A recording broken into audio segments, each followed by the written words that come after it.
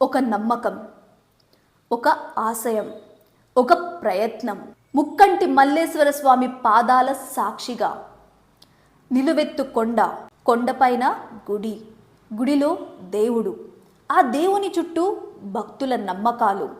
శివరాత్రి నాడో కార్తీక మాసంలోనో వెళ్ళి చూసి రావాలి, అది కూడా దారంటూ లేని కొండరాల గుండా. ఎన్నాళ్ళిలా అనుకున్నారు? ముక్కొండకు పడమటి పాదం చెంత నుండే చిన్నయ్య గారి పల్లెవాసులు చేయి చేయి కలిపారు, పాదం పాదం కదిపారు. పగులు ఎవరి పనులు వాళ్ళవి, ఎవరి వ్యాపారాలు వాళ్ళవి. రాత్రైతే 10-15 మంది అక్కడికి చేరతారు. మరుసటి రోజుకు మెట్ల మార్గ నిర్మాణానికి అవసరమైన బండలు, సిమెంట్ మూటలు, కంకర నీళ్లు పైకి కిందకి చేరవేస్తూ తొలుత భుజాల మీద మోశారు. అంతెత్తు కొండ ఎక్కడమే కష్టం, దానికి బండలు అదనం. గిలకలు కట్టి తాళ్లతో లాగారు. కొంత ఎత్తుకు అది భారమైంది. ట్రాక్టర్ కింద పెట్టి రివర్స్ పుల్లీ ద్వారా చేర్చే ప్రయత్నం, అది కొంత ఉపశమనమే.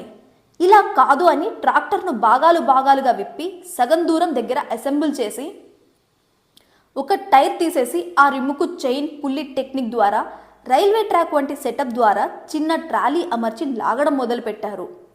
దాని తర్వాత ఇంకో చెక్ పాయింట్ల మరికొంచెం ఎత్తులో ఇంకో ట్రాక్టర్. ఇలా ఇప్పటికి దాదాపు 1200 మెట్లు నిర్మించారు. ఇంకో 200 మెట్లు ఉన్నాయి. ఇంకో 2 ట్రాక్టర్లు అవసరం పట్టచ్చు.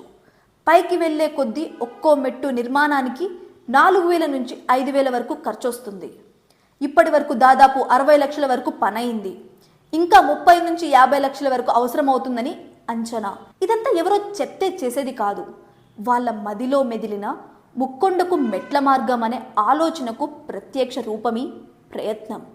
ఓపికనంత వరకు బండి లాగుతూనే ఉన్నారు, లాగుతారు.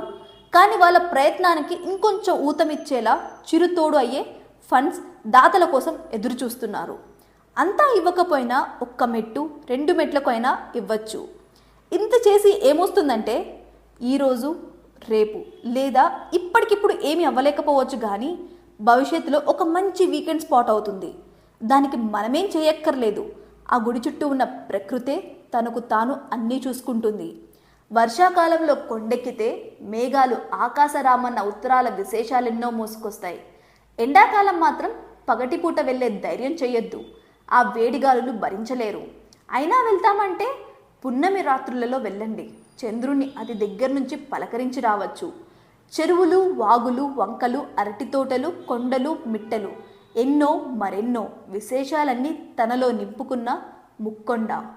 కడప జిల్లా మైదుకూరు మండలం చిన్నయ్య గారి పల్లె గ్రామం. పురాతన ఆలయాల జీర్ణోద్ధరణ కొరకు ఎవరైనా దాతలు ముందుకు రావాలి.